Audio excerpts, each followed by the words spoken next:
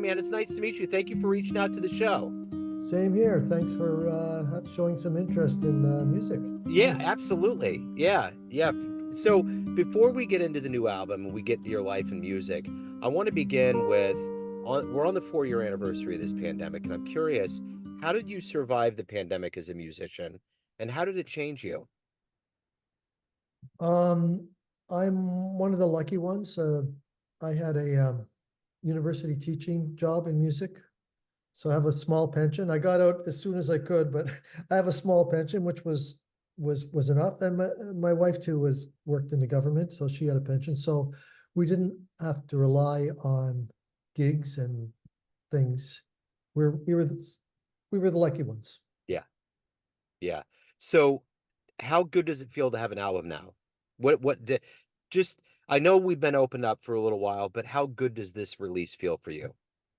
Um, that's an interesting question. I haven't thought about that. A little bit of relief because it was a bit of a challenging project for me. I hadn't done a you can tell by looking at me.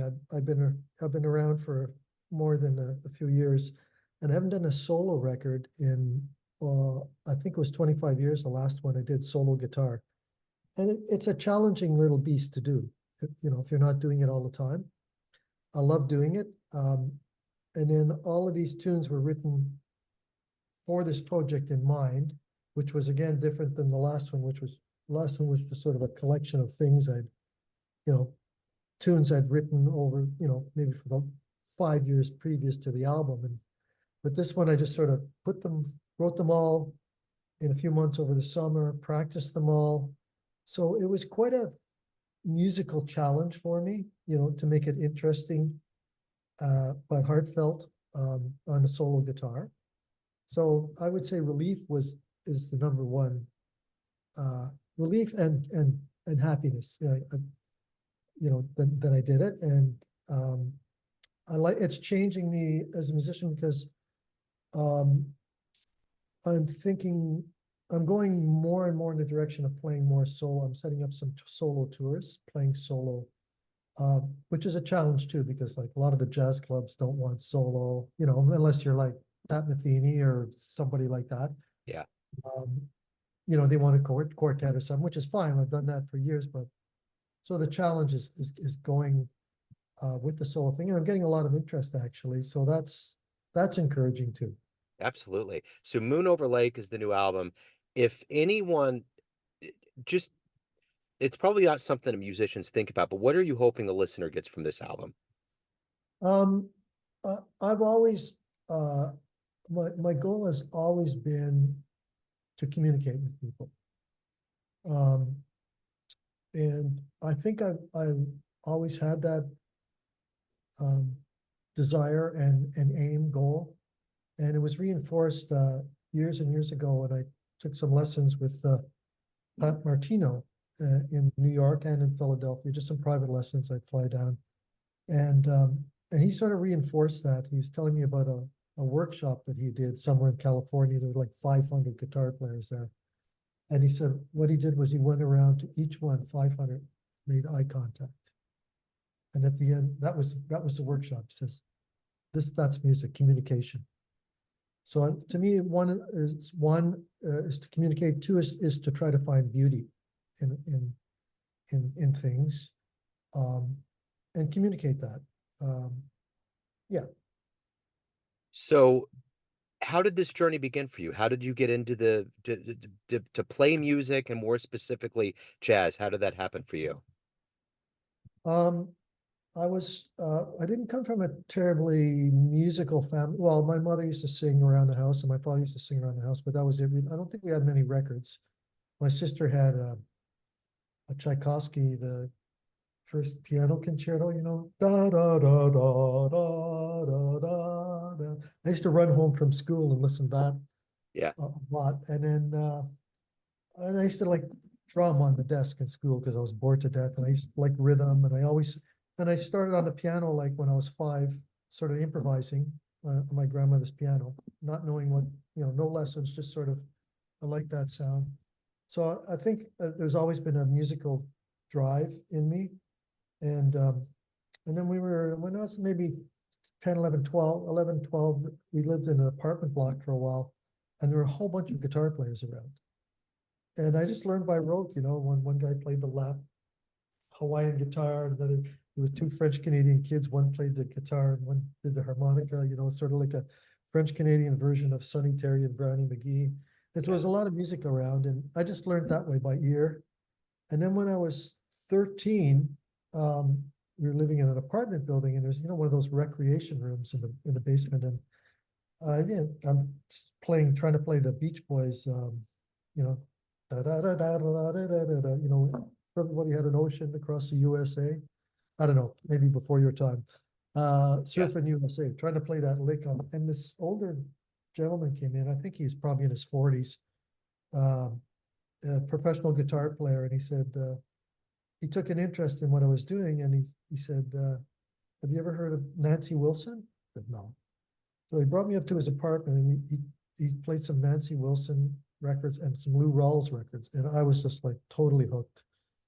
So Nancy Wilson was my gateway into jazz, and I think she was, in a way, biggest influence on me because of the way she um, phrased the text. Like she just brought every word to life, Yeah.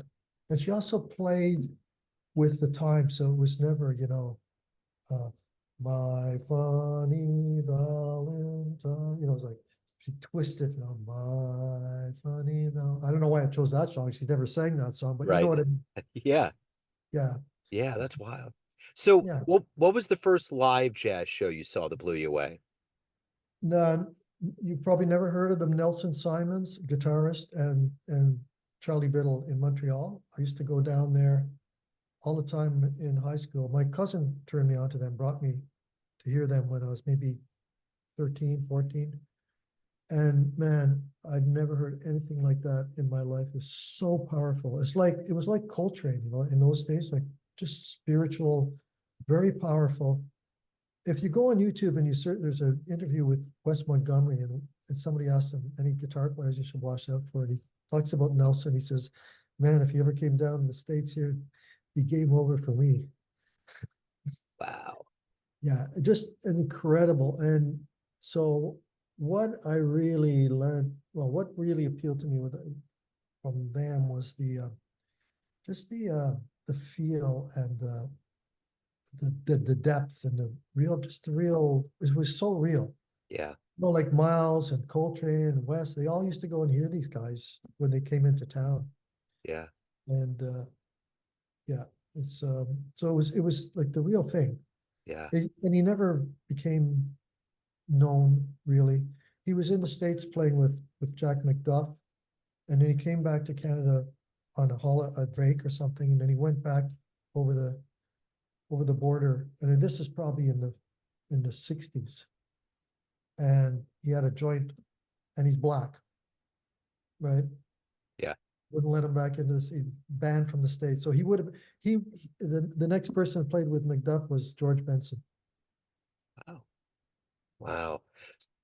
So you've been at this for some time. What is it that you like the best about this process of being a professional musician? I just like the music, and um, I like I like performing. I like writing. I love writing. I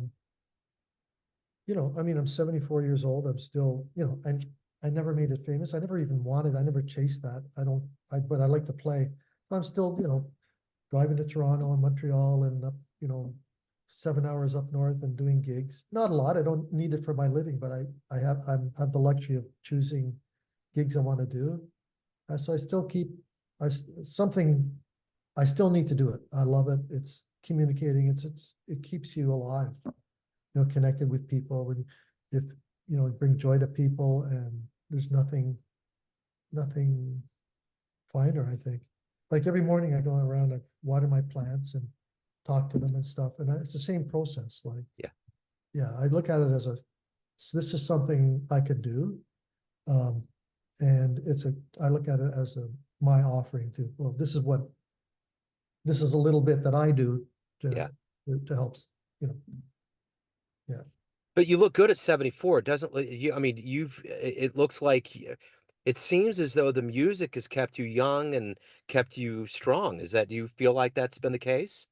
I think so. Also, I'm a longtime martial artist, Okay. and as we all did in our 20s and 30s, I sort of neglected my body and stuff. And I think when I mid 30s, 40s, I started, better start watching this. No more Jamaican hot patties for breakfast. And I get that feeling because there's no rewind button. When you get to a no, certain point, that's where you are, yeah, you know. I smoked cigarettes. I smoked 3 packs a day and was in jazz clubs 6 nights a week, smoking 3 packs of cigarettes. Somehow I'm still alive, right?